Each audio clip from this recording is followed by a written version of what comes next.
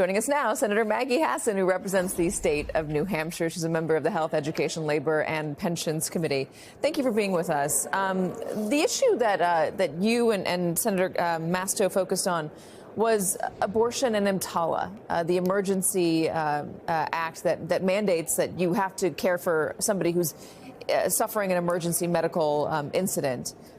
What was RFK's answer on that? Why could he answer definitively yes if a woman is having a heart attack, she's going to get mandated care if she goes into an emergency room, but if she's having a miscarriage that is threatening her life, she doesn't get mandated care?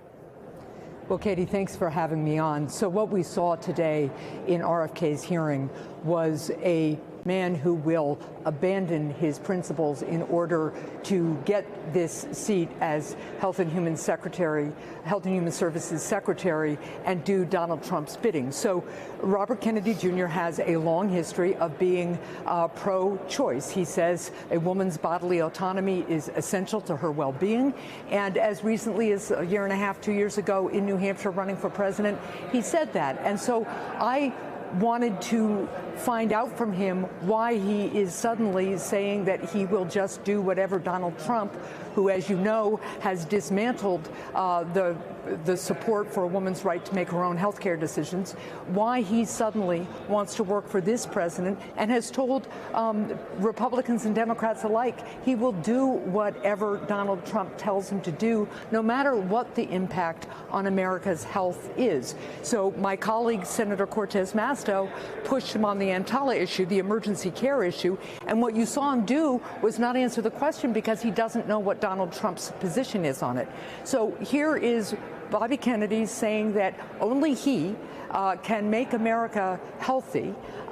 He gave uninformed and kind of word salad answers when it came to basics like how Medicaid runs and who it impacts, and then basically said he would abandon his values on reproductive health care in order to have this seat, which also means, by the way, given President Trump's orders to freeze federal funding for health care yesterday, that he will continue to do what President Trump says, even if it is very clear that those freezes, for instance, impact nursing home care for our seniors or care for disabled kids or shelter for veterans during the winter. So it was really concerning because this is a man who wants this power more than he cares about his values and how Donald Trump's agenda will impact people's health. He could potentially also have some authority over drugs that are on the market, and one of those drugs is mifepristone. That's what you brought up.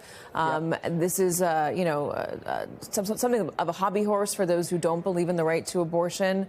They don't like this drug.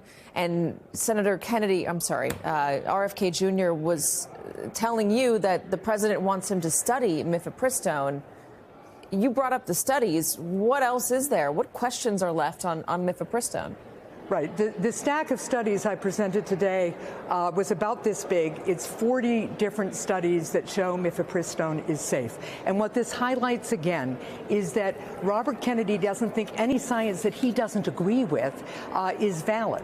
And so he was in this place of saying to us, well, the president has asked me to study it.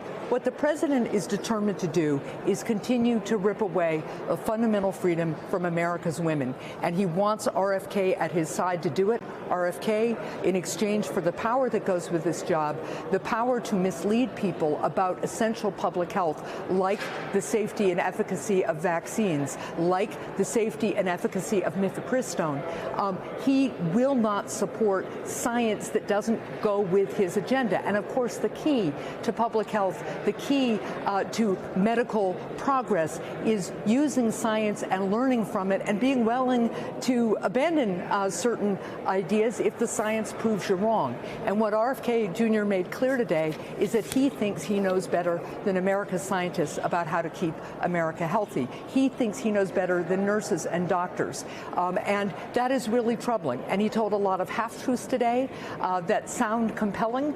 But at the end of the day, this is somebody who is highly uninformed and unprepared and, again, willing to sacrifice his values or his judgment to do whatever Donald Trump tells him to do.